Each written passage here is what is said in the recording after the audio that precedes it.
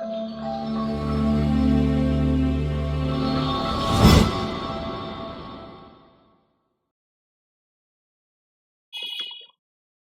afternoon, everyone. Welcome to Exact IAS. Here I am Twinkle Kotwani with you all discussing today's newspaper.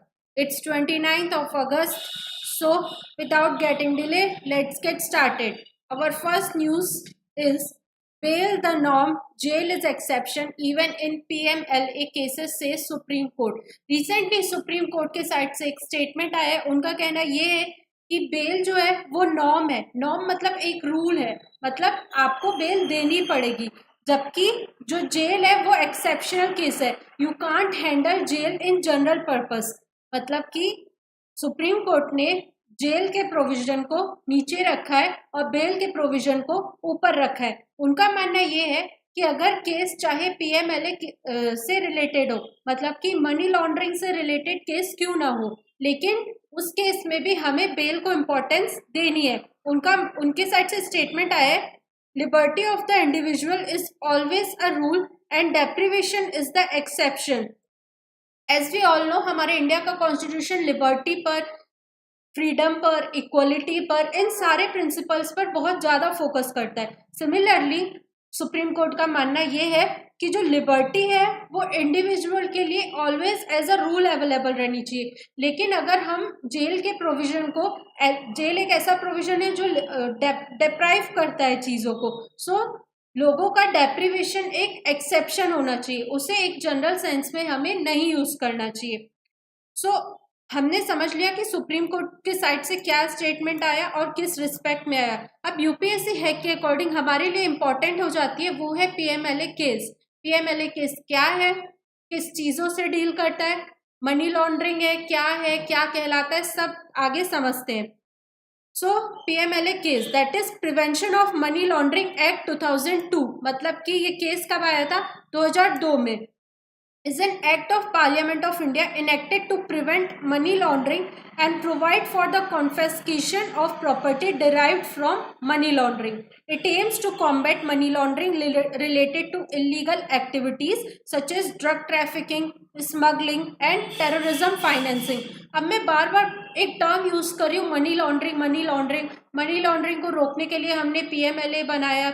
इसी PMLA भी act provide करता है कि आप अगर मनी लॉन्ड्रिंग से कोई भी प्रॉपर्टी बनाई गई है तो उसको आप कॉन्फिस्केट कर सकते हो. ये सारी चीज़ें एक ही कॉन्सेप्ट से कनेक्टेड है, that is PMLA. Money laundering समझते हैं. मनी लॉन्ड्रिंग होती क्या है? क्या होता है ना कि मान लो कुछ इलीगल एक्टिविटीज हुई, ट्रक को ट्रैफिक किया गया, उससे पैसा कमाया गया, या फिर स्मगलिंग की गई, या फिर टेररिज्म के थ्रू. ये सारी इलीगल एक्टिविटीज के थ्रू जो मनी हम तक पहुंचता है उसे कहा जाता है मनी लॉन्ड्रिंग. जनरली किसी भी इकोनॉमी में जो वाइट मनी रहता है, वाइट मनी मतलब कि ऐसा मनी जिससे हमने टैक्स दे चुका है, जो लीगल एक्टिविटीज में कंसर्न है, उसे तो हम डायरेक्ट बैंक में दिखा सकते हैं, अपनी गवर्नमेंट अथॉरिटीज के सामने प्रेजेंट कर सकते हैं. लेकिन ऐसा पैसा जिसे हमने इलीगल एक्टिविटीज से कमाया है, उसे हम डायरेक्ट गवर्नमेंट अथॉरिटीज को दिखा नहीं सकते, उसे हम डायरेक्ट अपनी वाइट इकोनॉमी का पार्ट बना नहीं सकते. इसलिए कई बार जो ऐसे इलीगल एक्टिविटीज करते हैं वो अलग अलग रिसोर्सेस का इस्तेमाल करते हैं ताकि वो मनी को इकोनॉमी की मेन स्ट्रीम में इंटर करवा सके और उसे यूटिलाइज कर सकते. सो मनी लॉन्ड्रिंग मतलब क्या होता है? Dirty money is acquired through illegal means. पहले क्या होता है? डर्टी मनी मतलब कि वही इलीगल एक्टिविटीज कंडक्ट करके हम पैसा इकट्ठा करते हैं. उसके बाद criminal launders the money where sources are discussed and deposited in banks. मतलब कि कई सारी तरह से उस मनी को लेयरिंग की जाती है उस मनी के ऊपर. कई बार उसे अलग अलग शेल कंपनीज के थ्रू इंडिया में इंटर करवाया जाता है. कई बार वो पैसा हम रियल स्टेट परचेस कर लेते हैं ऑन कैश और फिर उस रियल स्टेट को सेल आउट करके बैंक में वो पैसा सबमिट करवा देते हैं. इस तरह से भी वो पैसा घूमकर कैसे आ गया? एक डायरेक्ट इकोनॉमी में आ गया. सो इस तरह से डिस्गाइज और अलग अलग सोर्सेज यूज करके जो क्रिमिनल्स रहते हैं वो पैसे को मेन स्ट्रीम में ले आते हैं. और फिर उस पैसे के थ्रू क्लीन इन्वेस्टमेंट्स करते हैं, जो एसेट्स रहते हैं उनको परचेस करते हैं, प्रॉपर्टीज खरीदेंगे या कहीं कहीं इन्वेस्ट करके सेविंग्स करके और उससे एक लीगलाइज्ड वाइट इकोनॉमी का पार्ट बनाते हैं। इस तरह से जो क्लीन मनी इंटर्स द इकोनॉमी, जो ये डर्टी मनी है वो पहले क्लीन हो जाता है, मतलब उसके ऊपर लेयरिंग कर दी जाती है अलग अलग चीज़ों की। लेयरिंग मतलब कि किसी कोट की लेयरिंग नहीं, उस लेयरिंग करना मतलब कि हम अलग अलग रूट्स का यूज करें। जैसे कि पहला रूट मैंने बताया शेल कंपनीज बनाना, दूसरा रूट हो गया कि फॉरेनर्स से हम इन्वेस्टमेंट करके दिखा दिए, तीसरा रूट हुआ हमने रियल स्टेट में पैसा लगा के दिखा दिया। सो उस तरह से हम मनी को घुमा फिरा के ले आए और दिखा दिए कि ये हमारी क्लीन मनी है। फिर उसके बाद क्या होता है कि जो कलेक्शन होता है डर्टी मनी का, उसे बैंक्स वगैरह में मल्टीपल कॉम्प्लेक्स ट्रांजेक्शन्स को दिखाकर भी लाया जा सकता है। फिर वो जो मनी आता है उसकी लेयरिंग करके और अलग अलग जगह में, जैसे कि लग्जरी एसेट्स, फाइनेंशियल इन्वेस्टमेंट्स, इन सब चीज़ों में हमने इन्वेस्ट कर दिया और पैसा मेन स्ट्रीम में आ गया। सो इस सब चीज़ को करने की प्रोसेस को मनी लॉन्ड्रिंग किया जाता है और ये एक इकोनॉमी के लिए बैड थिंग है। सो इसीलिए हमने 2002 में prevention of money laundering act लाया, जो कि इस मनी लॉन्ड्रिंग को प्रिवेंट करता है।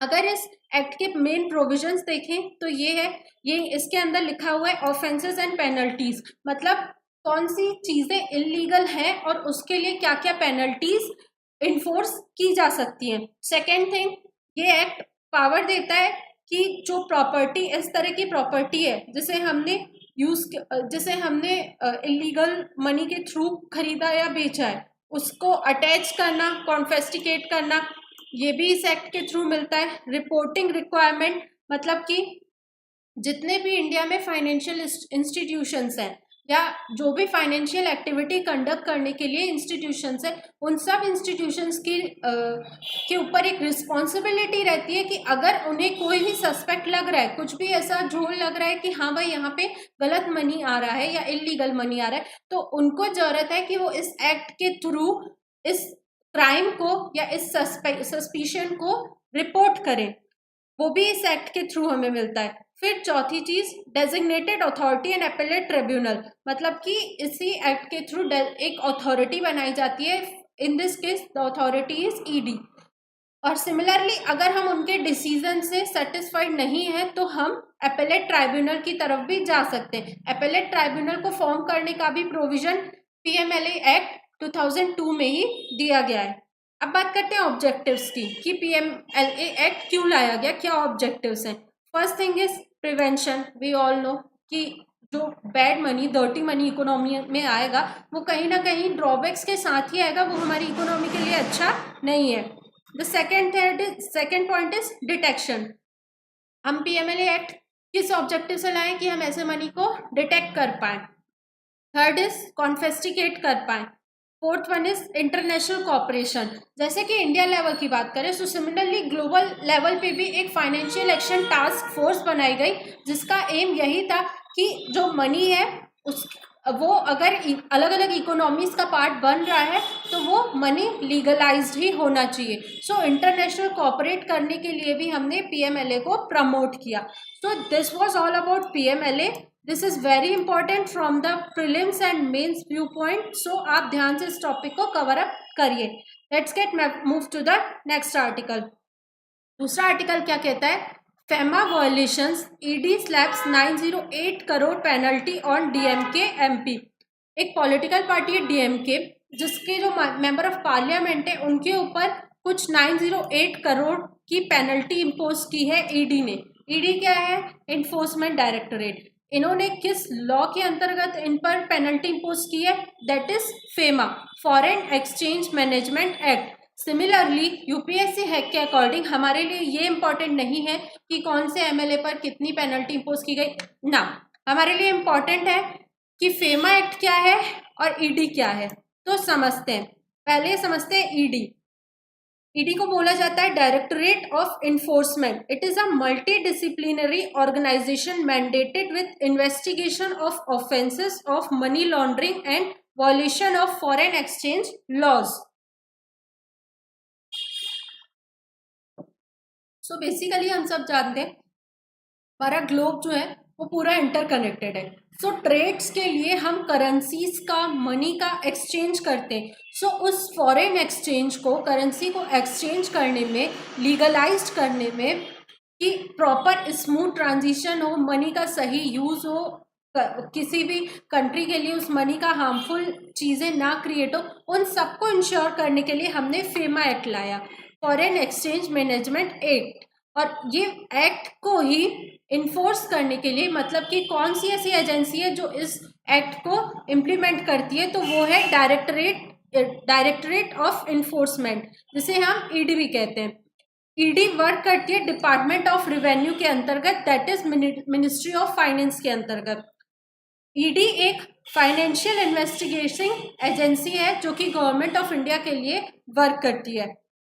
सो सिमिलरली एक एक्ट है foreign exchange management act. It is a civil law enacted to consolidate and amend the laws relating to facilitate external trade, payments and to promote the orderly development and maintenance of foreign exchange market in India. So as already discussed कि India हर world की अलग अलग country से exchanges करती है, चाहे वो goods हो गया, चाहे वो सर्विसेज हो गया, चाहे वो फॉरेन इन्वेस्टमेंट ही क्यों ना हो गया। सो इंडिया भी वर्ल्ड से कनेक्टेड है। जो उस चीज़ को स्मूथली और डेवलपमेंट के पर्पस से एक वॉचडॉग की तरह जो काम करती है वो है ईडी। उस पूरी एक्टिविटी को गवर्न करने के लिए जो काम करता है एक्ट, उसे कहते हैं FEMA act, foreign exchange management act. जो भी फॉरेन करेंसीज हम एक्सचेंज करते हैं, उस करेंसी के मैनेजमेंट को काम करने के लिए जो एक्ट गवर्न करता है, दैट इज फेमा एक्ट। और ये एक्ट आया था 1999 में। इस फॉरेन एक्सचेंज के लॉज, रूल्स और रेगुलेशंस को भी गवर्न करने के लिए जो इन्वेस्टिगेटिंग एजेंसी रिस्पॉन्सिबल है, that is ED. This was about these both article. ये दोनों आर्टिकल कहीं ना कहीं ईडी से कनेक्टेड थे, क्योंकि दोनों की जो मेन एजेंसी है वर्क करने वाली, पीएमएलए और फेमा, दोनों की जो गवर्निंग एजेंसी है वो है ईडी। और दोनों एक्ट्स को हमने अलग से समझ लिया। प्रीलिम्स के पॉइंट ऑफ व्यू से दोनों एक्ट्स इंपॉर्टेंट हैं। सो आगे बढ़ते हैं। Uniform civil code promoting equality. We all know what is uniform civil code. Basically uniform civil code क्या होता है? किसी भी कंट्री में जो एज वी ऑल नो, जो इंडिया है वो कल्चरली बहुत डाइवर्स कंट्री है। सो इस डाइवर्सिटी के अंतर्गत हर एक रिलीजन के अपने कुछ एक्ट्स हैं जो कि उनकी personal marriages, divorce, succession, inheritance, इन सब चीज़ों को गवर्न करते हैं। सो एक थोड़ी सी डाइवर्सिटी के कारण जो लीगल सिस्टम में भी अगर आप अलग अलग एक्ट्स को सामने रखोगे तो यूनिफॉर्मिटी लाने में प्रॉब्लम होती है। सो उस चीज़ को मेंटेन करने के लिए कि एक सबके लिए इक्वालिटी मेंटेन रहे सॉरी, सबके लिए एक इक्वालिटी मेंटेन रहे,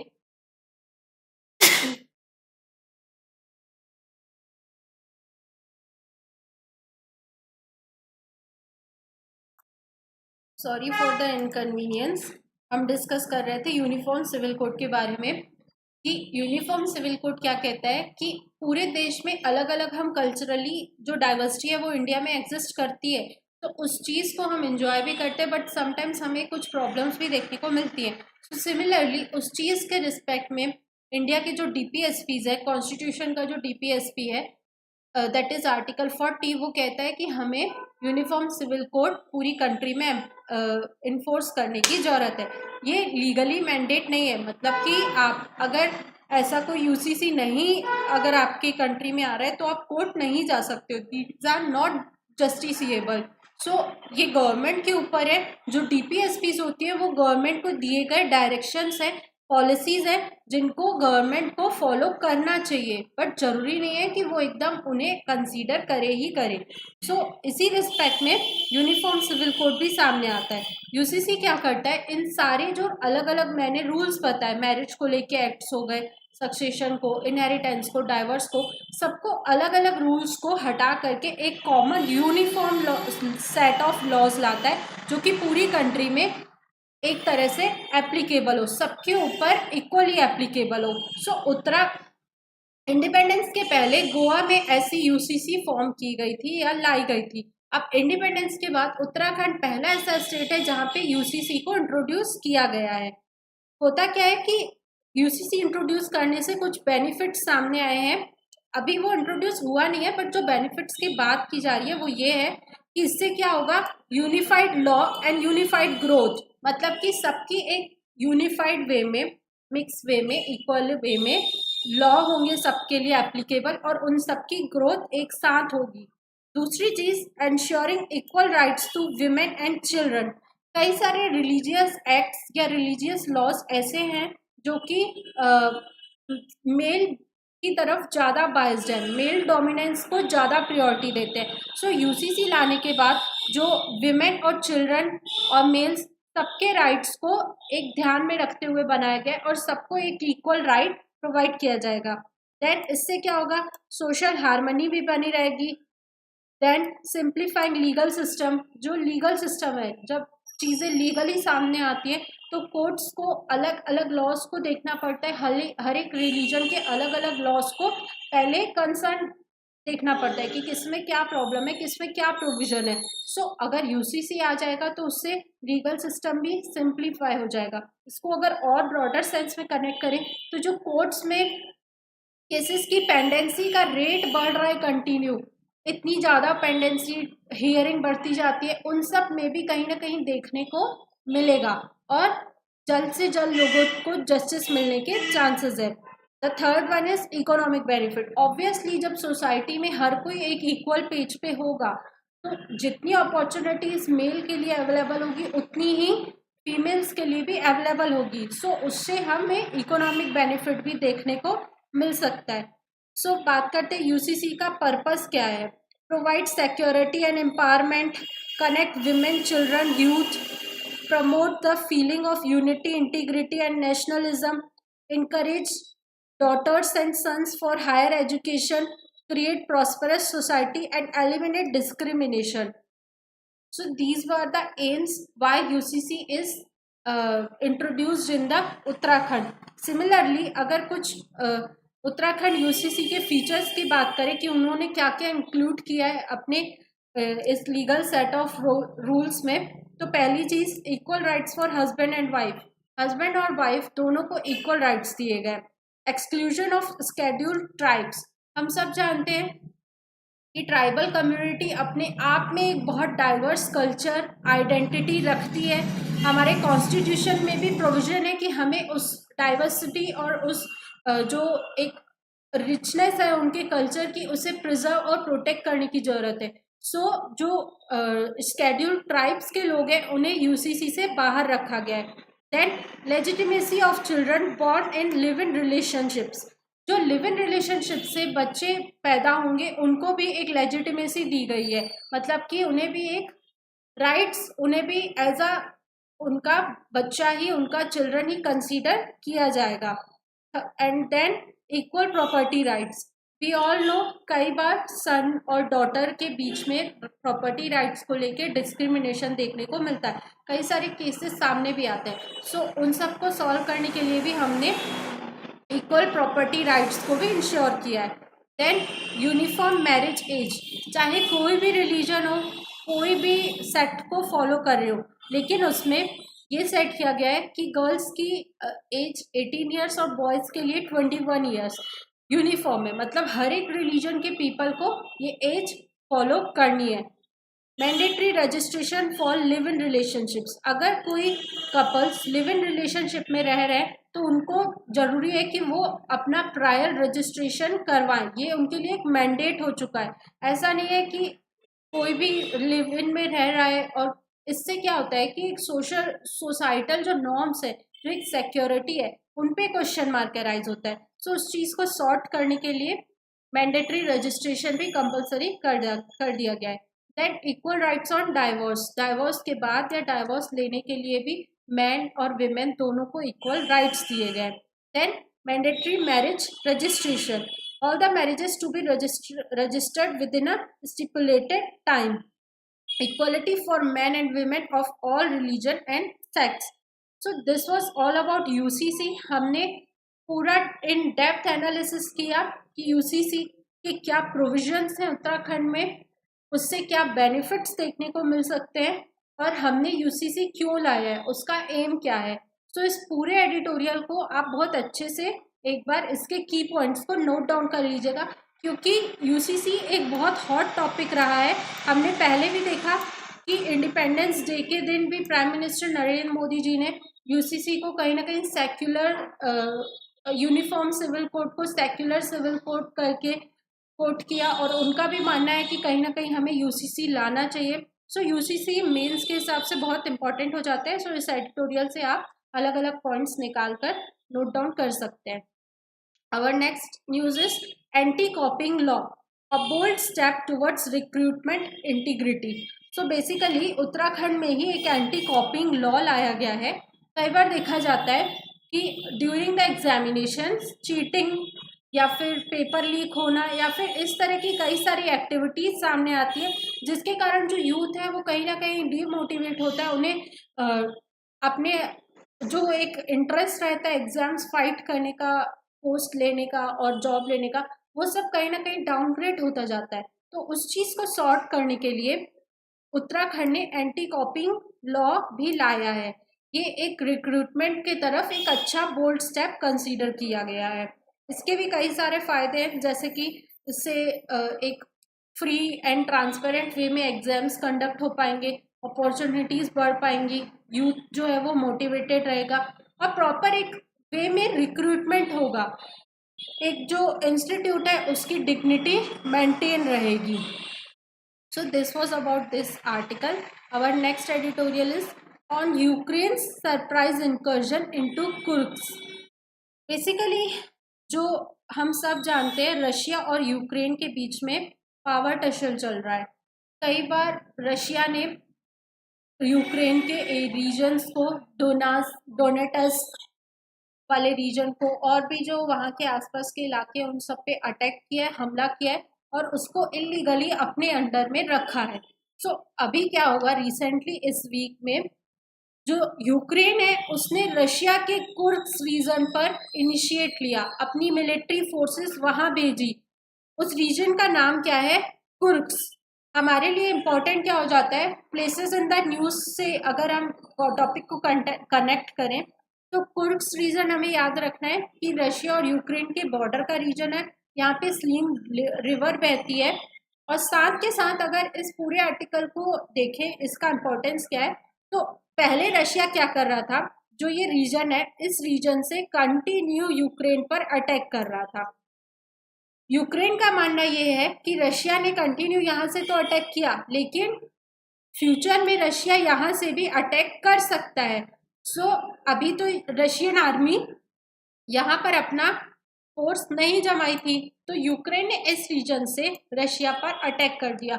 और इन स्टेटमेंट यूक्रेन का मानना यह है कि यूक्रेन ने ऐसा स्टेप इसलिए उठाया क्योंकि उसे एक बफर जोन क्रिएट करना था, अपनी सेफ्टी इंश्योर करने के लिए एक ऐसा रीजन जहां से रशिया अटैक ना कर पाए, वो एज अ बफर दोनों कंट्रीज के बीच में वर्क करे।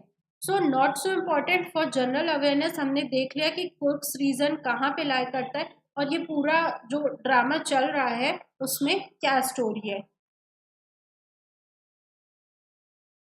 फ्यूचर में देखते हैं कि क्या ये यूक्रेन ने जो स्टेप उठाया सामने से वॉर करने का, वो उसके लिए सच में एज अ बफर जोन या एज अ सिक्योरिटी साबित हुआ, या फिर कहीं इन रिटर्न रशिया और भी ज़्यादा अटैक्स कर रहा है। फ्यूचर में देखते हैं इसमें और क्या डेवलपमेंट होता है। Our next article, India signs repeat order for 73,000 SIG 716 rifles delivery by 2025 end. Basically हमने यूएसए से SIG 716 राइफल्स का ऑर्डर किया है। हमारे लिए सिर्फ इतना ये नाम याद रखना इम्पोर्टेंट है कि SIG 716 a kind of rifles है जो कि हम यूएसए से लेते हैं। और वी ऑल नो रिसेंटली हमने सौसा और लाइसेना ऑफिसर्स एग्रीमेंट यूएसए के साथ साइन किए। ये सारे जो एग्रीमेंट्स हैं ये डिफेंस से रिलेटेड है। सो बेसिकली हम ये देख सकते हैं कि इंडिया और रशिया का जो डिफेंस को लेकर के रिलेशन है वो काफ़ी अच्छा है। अब क्वेश्चन उठता है कि क्यों क्यों ये दोनों कंट्रीज एक दूसरे को इतना ज़्यादा प्रमोट कर रही हैं। सो बेसिकली इंडिया जो है वो डिफेंस सेक्टर में अपने आप को एक पोजीशन पर स्टैब्लिश करना चाहता है, वो एक हब बनना चाहता है डिफेंस सेक्टर में। सिमिलरली यूएसए अपनी इकोनॉमी बढ़ाने के लिए कहीं ना कहीं चाहता है कि वो अपने डिफेंसेस को अच्छे लेवल पर एक्सपोर्ट करता रहे। सो यूएसए अपने डिफेंस को अच्छे से एक्सपोर्ट करता है, इंडिया रिसीव करता है, इसलिए बहुत सॉफ्टली और स्मूथली दोनों कंट्रीज के रिलेशनशिप्स चल रहे हैं। और next editorial, PMJDY personifies dignity and empowerment, says Modi. Prime minister Narendra Modi ji का स्टेटमेंट आया है कि जो प्रधानमंत्री जन धन योजना है उसने डिग्निटी और एम्पावरमेंट को पर्सोनिफाई किया है, बढ़ाया है कहीं ना कहीं। सो हमारे लिए यूपीएससी के अकॉर्डिंग क्या इंपॉर्टेंट हो जाता है, ये स्कीम प्रधानमंत्री जन धन योजना पूरी क्या है ये स्कीम। इस स्कीम ने रिसेंटली अपने 10 साल भी पूरे किए हैं। सो थोड़ा सा डिटेल से इस स्कीम को समझते हैं। It was launched on August 20th, 2014 and stands as one of the largest financial inclusion initiatives globally, led by Ministry of Finance to provide affordable financial services to vulnerable and economically disadvantaged sections। Basically जो India का ऐसा वर्ग है, जो ऐसा तबका है जो कि वल्नरेबल है, जिससे सारी फैसिलिटीज़ नहीं मिली है, या फिर जो डिसएडवांटेज्ड है, जिन्होंने कुछ ना कुछ प्रॉब्लम्स फेस की हैं, जो फाइनेंशियली इंक्लूड नहीं है, जिनके पास फाइनेंशियल एक्टिविटीज़ के लिए मतलब फाइनेंशियल इंस्टीट्यूशंस के साथ कनेक्टिविटी नहीं है, उन सब वर्ग के लोगों को फाइनेंशियल इंस्टीट्यूशन से कनेक्ट करने के लिए पूरे एक बहुत अच्छे बेहतर लेवल पर, जो ग्लोबली की सबसे ग्लोबल लेवल पर बहुत बड़ा एक फाइनेंशियल इनिशिएटिव लिया गया इंडिया के द्वारा, एक स्कीम के द्वारा, जिसका नाम था प्रधानमंत्री जन धन योजना, जिसे हमने 2014 में लाया था, जिसका काम ये था कि जो डिसएडवांटेज ग्रुप के लोग हैं उन्हें फाइनेंशियल इंस्टीट्यूशन से जोड़ना और कहीं ना कहीं फाइनेंशियल इंक्लूसिविटी को, मतलब कि फाइनेंशियल इंक्लूसिव हो, लोगों के अंदर फाइनेंशियल अवेयरनेस हो, उनके पास क्रेडिट की अवेलेबिलिटी हो कि वो मार्केट बैंक्स वगैरह से क्रेडिट ले पाए।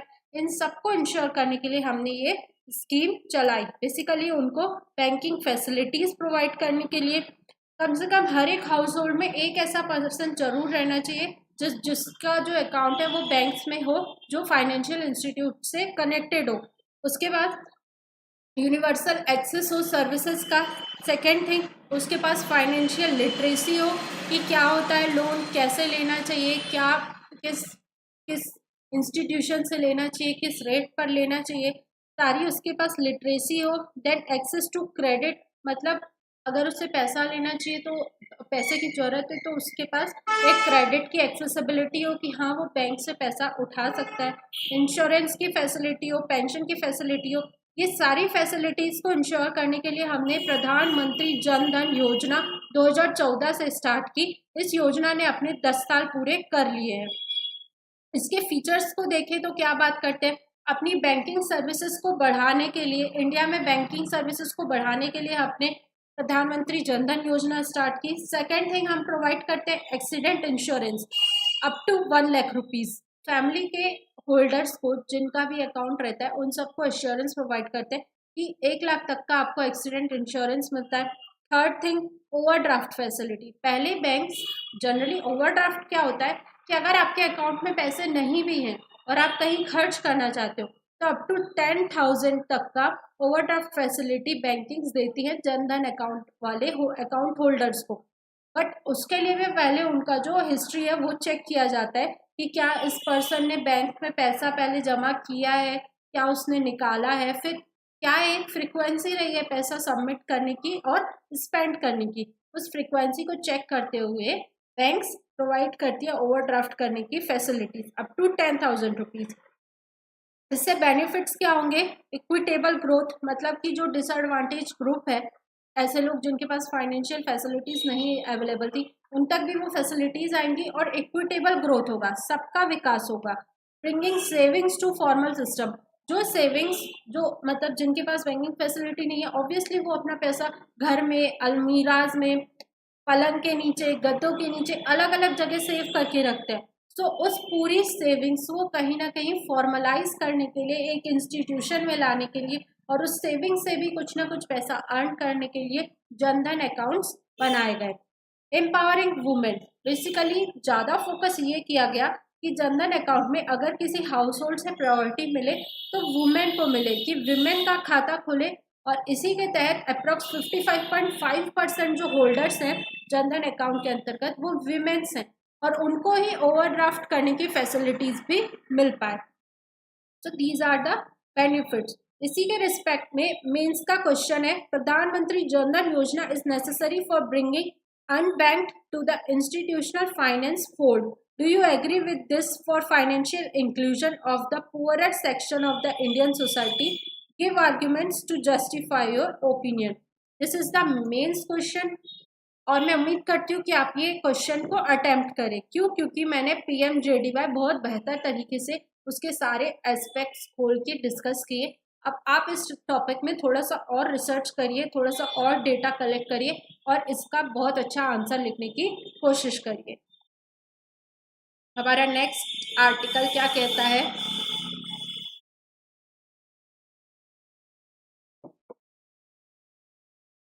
AI will revolutionize financial services. अभी रिसेंटली एक मीट हुई थी, ग्लोबल फाइनटेक फेस्ट हुआ था, जिसमें जो हमारे RBI के गवर्नर है शक्तिकांता दास, उनका मानना ये है कि AI का जो यूज़ है, अगर उसका और बेहतर तरीके से यूज़ फाइनेंशियल सर्विसेज में किया जाए तो ये एक तरह का रिवॉल्यूशन ला सकता है। हम सब देखते हैं कि जिस तरह से UPI पेमेंट्स ने रिटेल मार्केट में एक रिवॉल्यूशन ला दिया है। हर किसी के पास है फ़ोन में मनी, मतलब अब वो कहीं पे भी अगर उनके पास कैश नहीं है तो वो पेमेंट कर सकते हैं। ये एक तरह का एक रिवॉल्यूशन ही हुआ ना, कि हर किसी के पास, इवन जो कंज्यूमर है उसके पास भी फैसिलिटी अवेलेबल है, और जहाँ से वो कुछ कंज्यूम कर रहा है, जहाँ से वो खरीद रहा है, जो सेलर है उसके पास भी ऐसा इंफ्रास्ट्रक्चर अवेलेबल है कि दोनों के बीच में एक लिंक बन पाए और वो पेमेंट प्रोसीड हो पाए। सो ये एक तरह का रिवॉल्यूशन है। सिमिलरली बात की जा रही है कि जो AI है, अगर हम आर्टिफिशियल इंटेलिजेंस को फाइनेंशियल सर्विसेज में इंक्लूड करेंगे तो रिवॉल्यूशन के और भी बेहतर चांसेस हैं। AI algorithms are already being deployed for fraud detection.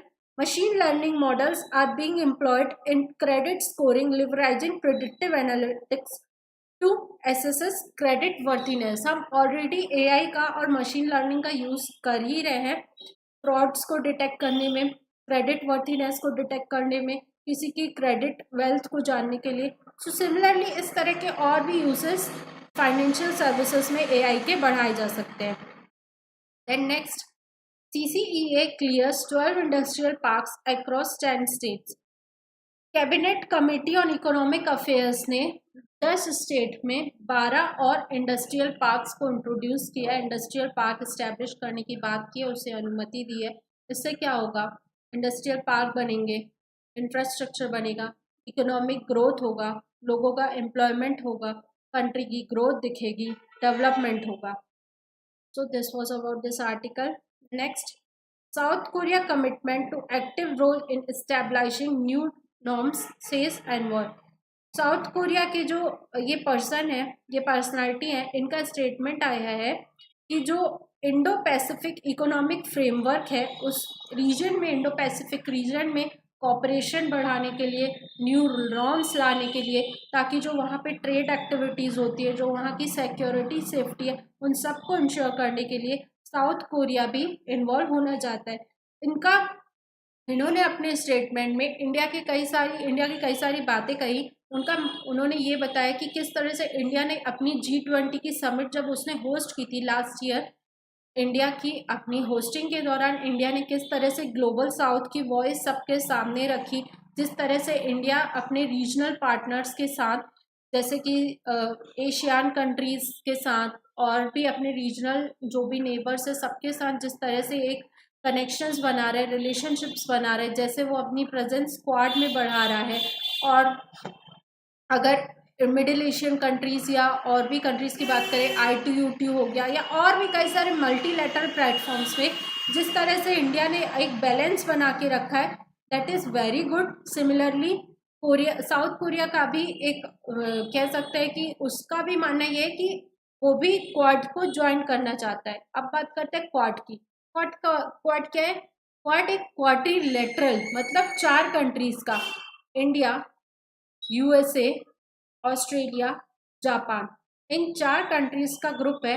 ये 4 कंट्रीज इंडो पैसिफिक रीजन को बहुत बेहतर बनाने के लिए, वहाँ पे कोऑपरेशन, कोऑर्डिनेशन, ट्रेड, इन सारी चीज़ों को इस्टेब्लिश करने के लिए, एक लॉ एंड ऑर्डर को मेंटेन करने के लिए एक ग्रुप बनाया है इन 4 कंट्रीज ने। और इन चारों कंट्रीज की क्वाड की मीटिंग्स वगैरह होती हैं, वो अलग अलग इनिशिएटिव्स उठाते हैं for the promotion of trade and ensuring the safety and security in the Indo Pacific region. Similarly south Korea भी चाहता है कि उसका भी एक डिजायर है कि वो क्वाड को ज्वाइन करे। South Korea is in the past expressed desire to join the quad grouping comprising India, Australia, Japan and USA, though officials from the grouping have clarified that there was no plan for expansion at the moment. So this was about the south Korea and the relationships. मतलब कि south Korea की जो एक image है India के side, वो एक बहुत अच्छी इमेज है। साउथ कोरिया अप्रिशिएट कर रहा है इंडिया के इस टाइप के मूव्स को, जिस तरह से इंडिया ग्लोबल साउथ की वॉइस बन रहा है और सारी चीज़ों को मेंटेन कर रहा है, और हर एक अपने रीजनल एरियाज में जैसे अपनी प्रेजेंस को रख रहा है।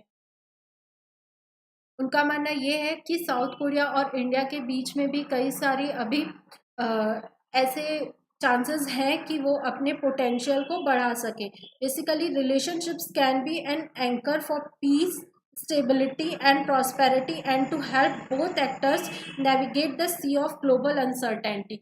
साउथ कोरिया का मानना ये है कि जो ग्लोबल अनसर्टेनिटी है, बेसिकली जो ग्लोब में कहीं ना कहीं टेंशन्स चल रही हैं, उन सबकी प्रॉब्लम को साउथ कोरिया, इंडिया और साउथ कोरिया दोनों मिलकर सॉर्ट कर सकते हैं। उनके बीच में अभी भी इतना पोटेंशियल है कि और रिलेशनशिप्स को बेहतर बनाया जा सके।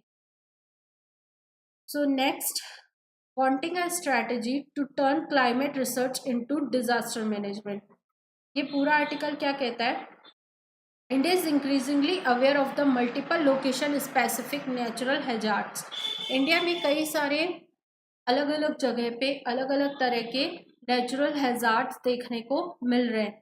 अ combination of weather events, vulnerabilities of the local population and their exposure. काफ़ी मतलब चीज़ें देखने को मिल रही है कि किस तरह से लोग वल्नरेबल हैं, उनके ऊपर जो वेदर इवेंट्स हो रहे हैं उससे क्या इम्पैक्ट पड़ रहा है, ये सारी चीज़ें सामने आ रही हैं। इन सबको सॉर्ट आउट करने के लिए नेशनल डिज़ास्टर मैनेजमेंट अथॉरिटी ने बहुत अच्छा काम किया है, दैट इज़ अप्रिशिएबल।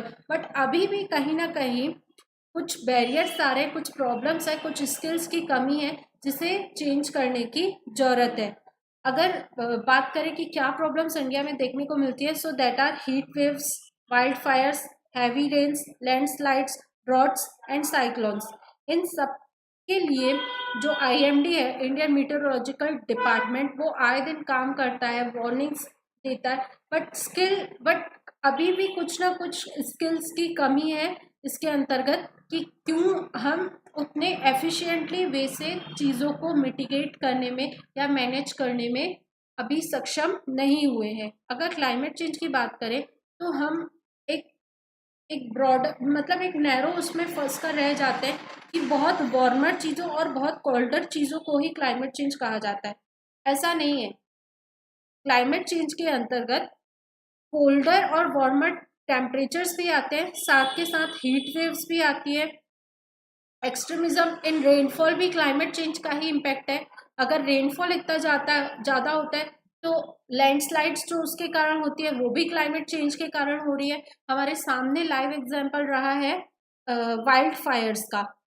फिर उसके बाद अगर बात करें वाइल्ड फायर्स का, और सिमिलरली हमारे सामने एग्जाम्पल रहा है लैंडस्लाइड को लेकर के वयनाड का। केरल के वयनाड में जिस तरह से हमने देखा कि कैसे रिसेंटली जैसे हमने क्लाइमेट चेंज को लेकर चीज़ें देखी कि हैवी रेनफॉल के कारण केरल में वयनाड लैंडस्लाइड देखने को मिला, उसके कारण इतनी ज़्यादा जनधन की हानि हुई। ये सारी चीज़ें जो हैं वो क्लाइमेट चेंज के अंतर्गत ही आती हैं। जो हम एक नैरो प्रोस्पेक्ट बना के चलते हैं क्लाइमेट चेंज मतलब colder and warmer temperatures, that is not. इसके अंतर्गत heat waves, rainfall, landslides, wild Fyers सब कुछ आता है। अब बात करते हैं वल्नरेबिलिटी लेवल की। जिस तरह से इंडिया का पॉपुलेशन ग्रोथ इतना ज़्यादा बढ़ता जा रहा है, इंडिया की पॉपुलेशन साथ के साथ इकोनॉमिक ग्रोथ भी बढ़ रहा है। क्या होता है ना कि अगर पॉपुलेशन बढ़ रही है तो वो ऐसे एरियाज में भी रहने को तैयार हो जा रही है जो कि ऑलरेडी वल्नरेबल है ऐसी डिजास्टरस चीज़ों के लिए। हमने देखा कि कैसे उत्तराखंड के स्लोपी एरियाज में भी लोगों ने अपने घर बना रखे हैं, रह रहे हैं वहाँ पे। वायनाड वाले रीजन में भी इतनी ज़्यादा पॉपुलेशन रह रही है, जबकि वहाँ पे लैंडस्लाइड्स देखने को मिल रहा है। अगर हम ऐसे डिजास्टर प्रोन एरियाज में लिविंग करेंगे, रहेंगे, तो हमारी जो हार्मनेस का लेवल है, मतलब कि डिजास्टर का इम्पैक्ट हमारे ऊपर और भी बढ़ जाएगा। हम और भी ज़्यादा डिजास्टर्स के लिए वल्नरेबल हो सकते हैं। उसका इम्पैक्ट हम पर बढ़ता हुआ दिख सकता है। पहला चीज़ कि पॉपुलेशन बढ़ने की वजह से हम ऐसे रीजन्स में इस्टेब्लिश होना शुरू कर दिए जहाँ का इंफ्रास्ट्रक्चर इतना ज़्यादा डेवलप नहीं है। सेकेंड थिंग, पॉवर्टी के कारण भी हम पुअर इंफ्रास्ट्रक्चर वाले रीजन में रह लेते हैं। दूसरी चीज़ बात करें इकोनॉमिक ग्रोथ की, ग्रोथ हो रहा है ऐसे रीजन्स जो है, ऐसे रीजन्स एक एक्सोटिक एनवायरनमेंट प्रोवाइड करते हैं जस्ट लाइक हिमालयन स्टेट्स। तो वहाँ पे टूरिज्म बढ़ रहा है जिसकी वजह से लोग वहाँ पे इंफ्रास्ट्रक्चर डेवलप कर रहे हैं, हॉस्टल्स हॉस्पिटल्स बना रहे हैं, होटल्स बना रहे हैं, और होटल्स बना रहे हैं, कई सारी ऐसी ऐसी हॉस्पिटलिटी वाली सर्विसेज प्रोवाइड करें जिसकी वजह से इकोनॉमिक ग्रोथ के कारण भी हम और भी ज़्यादा वल्नरेबल होते जा रहे हैं।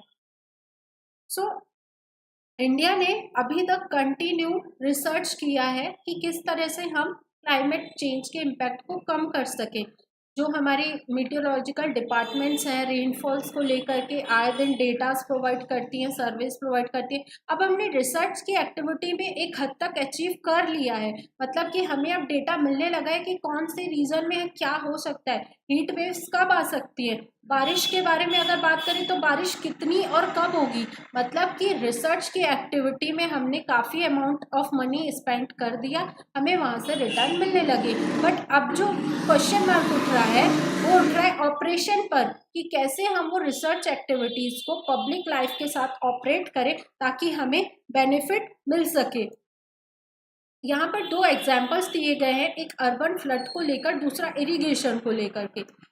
एग्जाम्पल के दौरान एक सर्वे कंडक्ट कराया गया, एक पायलट प्रोजेक्ट किया गया जिसके अंतर्गत फार्मर्स से इरिगेशन से रिलेटेड पूरी इंफॉर्मेशन ली गई कि उनकी सॉइल के अंतर्गत कैसा मॉइस्चर है, कौन सी क्रॉप उन्होंने उगाई है, कितना पानी की ज़रूरत है उनको, और वो कितनी इरिगेशन दे सकते हैं। इस टाइप की सारी इंफॉर्मेशन एक्सपर्ट्स ने ली फार्मर्स से।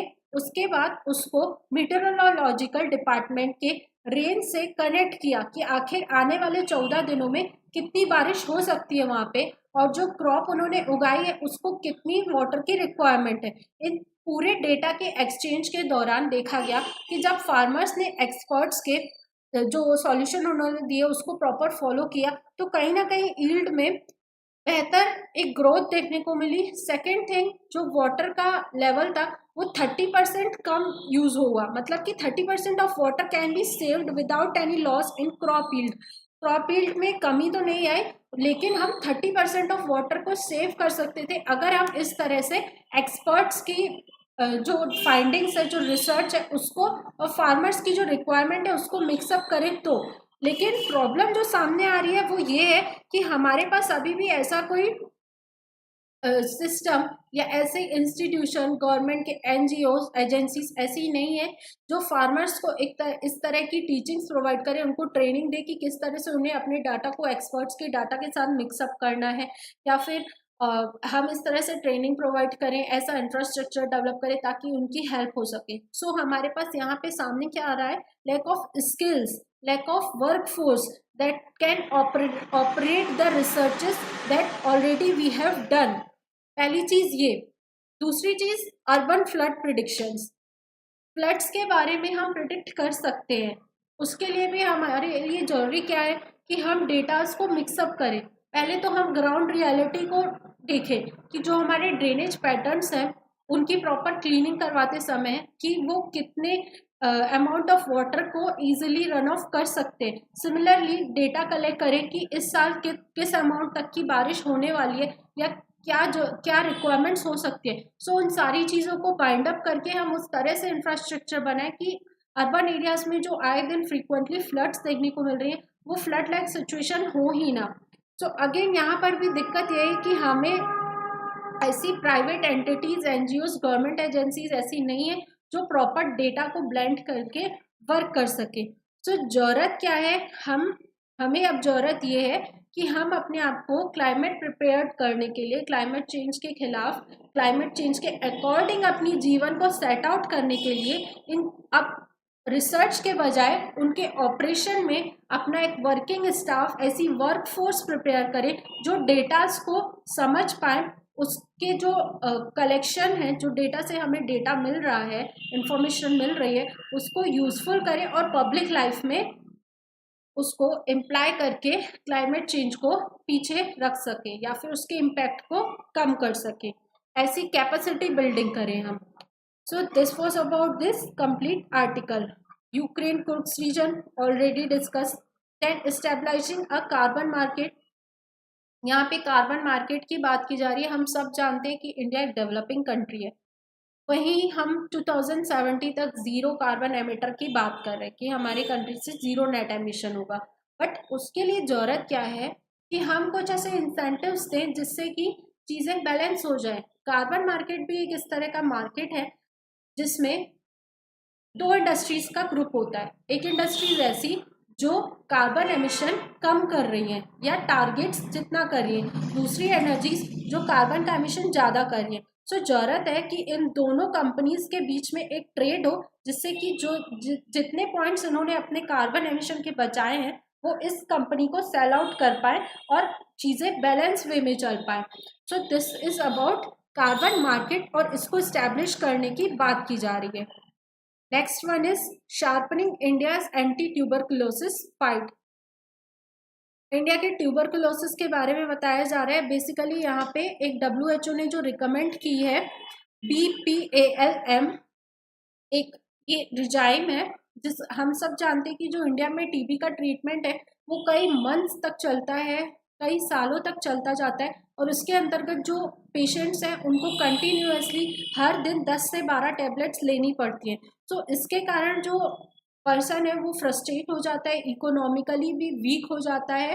तो इसलिए उस सब के सॉल्यूशन के लिए जो WHO ने BPALM नाम की एक रिजाइम, जो एक शॉर्टर और सेफर है, जिसके अंतर्गत एक शॉर्ट टाइम पीरियड में ही टीबी का ट्रीटमेंट किया जा सकता है, उसको रिकमेंड किया गया है। The next article, I silence democratic backslash in south Asia.